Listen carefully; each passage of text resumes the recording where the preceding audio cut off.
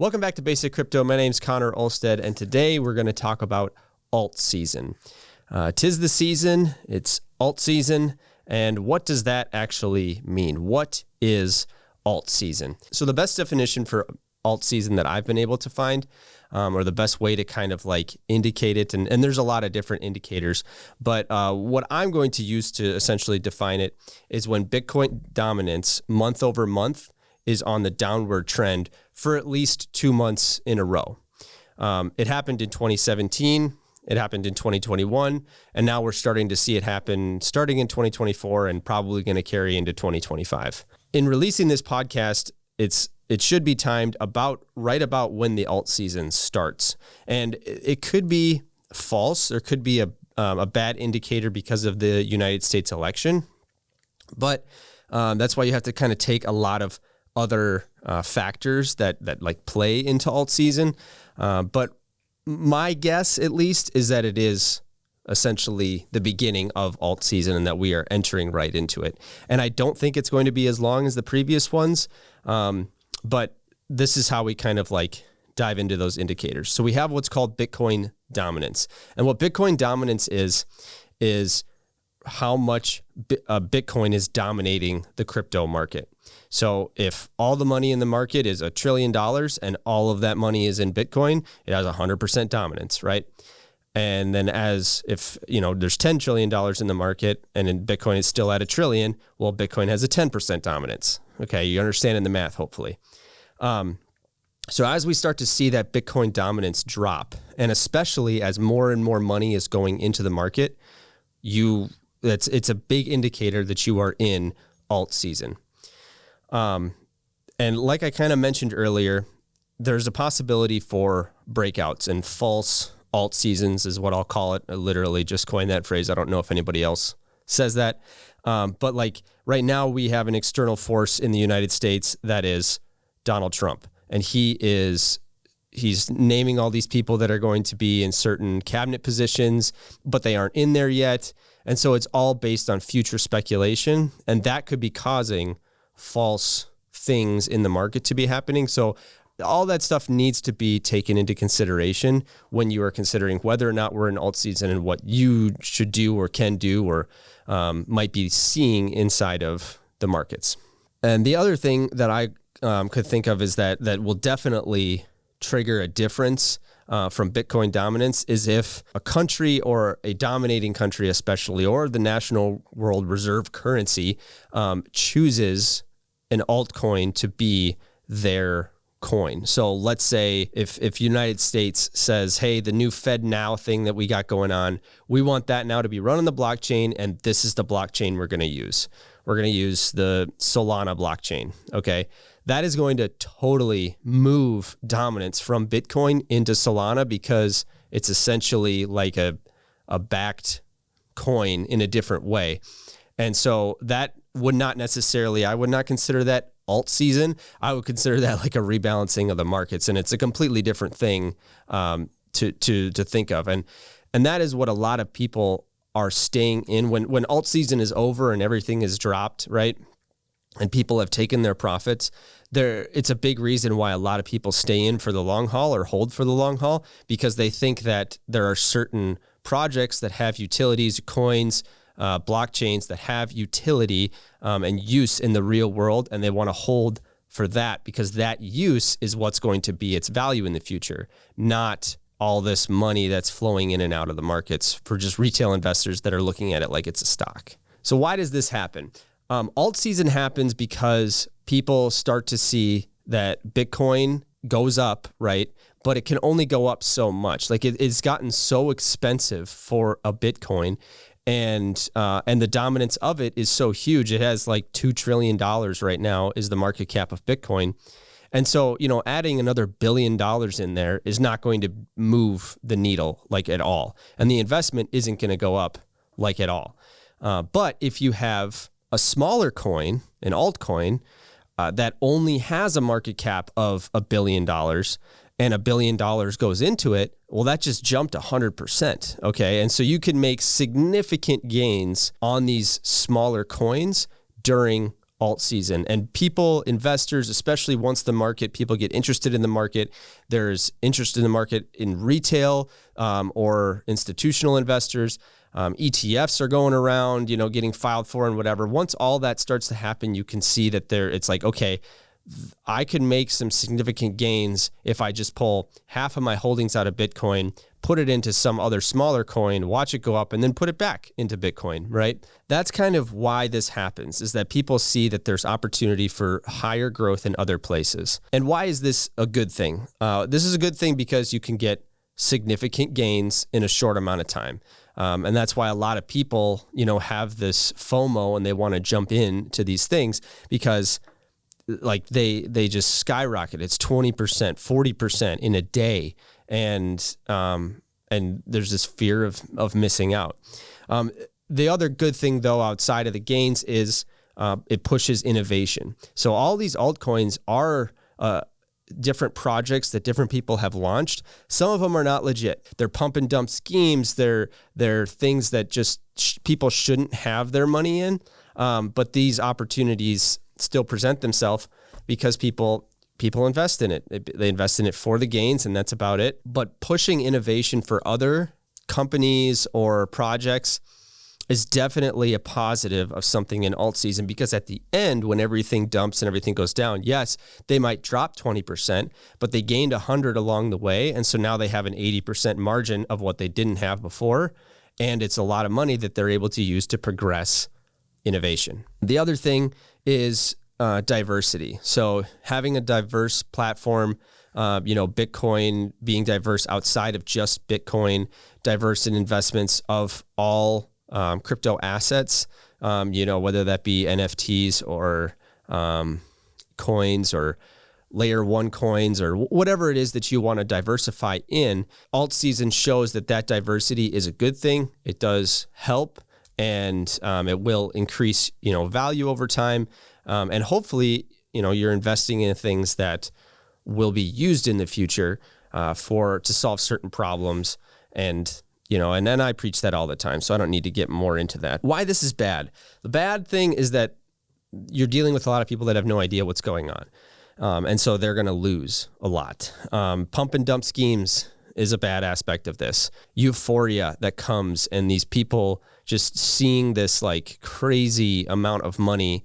Some call it greed. To me, it's more of like, knowing that the future is there and wanting to be a part of that future. But also, like, you got to be realistic that, like, there's a lot of ups and downs to get to that future.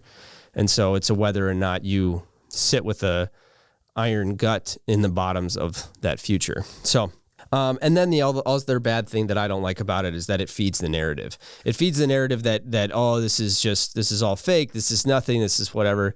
And it's like, yeah, because, 50, 80% of what's going in during alt season is for the gains. It's for the pump and dump. It's for the additional percentage growth. It feeds into that narrative that this is all, hullabaloo.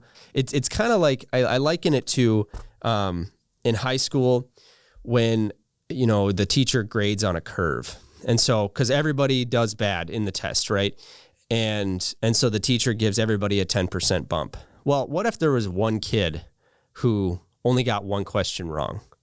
And so giving a 10%, like, he's not going to go to 100, he would get a 10th of a point or whatever, right? But the kid that got like half of the stuff wrong is like, oh my gosh, a 10th of, 10%, that's awesome. Like, I'm getting a huge benefit from that. Well, that's kind of what's going on in the market with alt season. Just these coins that don't really have any utility or any future in this market, they get that same bump in growth that everything else gets.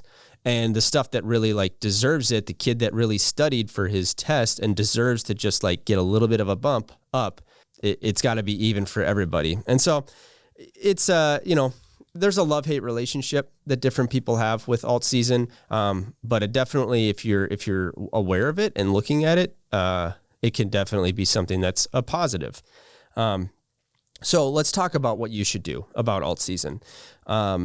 First off is know what you invest in. I'm not a fan of investing in meme coins. I'm not a fan of investing in the same thing that everybody else is investing in just because they're investing in it. If you've heard about it and you've heard that it's going crazy, it's probably too late. I've spoken before about like not being a fan of something like Dogecoin, and Peanut is what's going crazy right now. And I just don't see much utility that's behind it. Now, there's things that can develop and there's things that can change, and they can develop utility in the future. But right now, I just don't see that. So know what you invest in and where that's going to be, or how that could, invest in something besides the numbers is essentially what my strategy is, or my thoughts. Know what you want from it, and know that you can lose as well. So what you want from it, if your goal is to I want to pay off my $5,000 that's left in student debt, throw 1,000 in there. If it goes up by 5x, cash out, you just got to do it. And then also you have to be willing to lose that $1,000, because you're not a institutional investor. You're probably not extremely good at predicting the markets or knowing when stuff is going down. I'm not. And so whatever you put in, you got to be prepared to lose. Let me get into a little bit of what the previous alt seasons looked like. So there was one and this will also show an indicator of what this next one may look like, if it is not something that has been caused by, Trump getting elected. So in 2017, there was the first what we would call alt season, and the Bitcoin dominance chart dropped about 63%. Okay, and so it was extremely high because there wasn't that many coins. There was just the OG coins, like Ethereum and XRP and whatever. The Bitcoin dominance dropped and started going into all of these other ones. And this is when everybody had these initial coin offerings, and they were going up crazy gains in a matter of days, weeks, hours.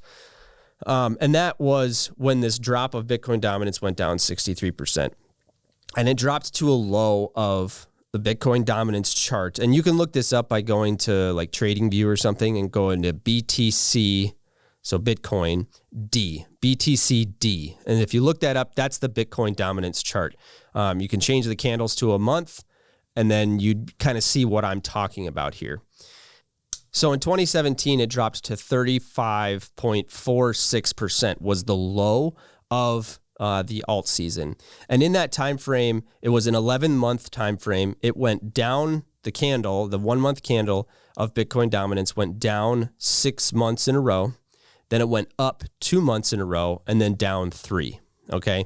And so it was almost like a reverse bubble, if you will, because if you flip the whole thing upside down and you look at the classic view of a bubble in a market, it goes up, it retraces a little bit, it goes up for the last bit, and then it goes down and the bubble pops. Okay, so it's like the reverse. So it went down, it went up a little bit, and then it went down, and then it popped and went back up to Bitcoin dominance high. In 2021, the same kind of thing happened. It starts at 72-ish%, okay? Drops 45 or 46% down to 40. And the same kind of pattern that happened in 2017 happened in 2021. It was a 9-month instead of 11 months.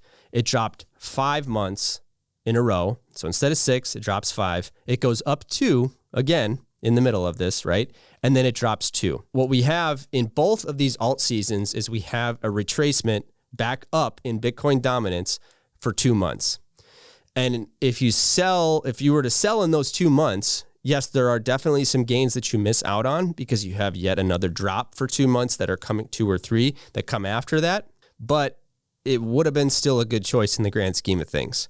You would have been able to take 5-6 months worth of gains on these alts, sell them, and just watch it for another 4, and so, but then see, and that's the other thing. It's this fear of missing out, this FOMO that it gets everybody. I promise it got me. Okay.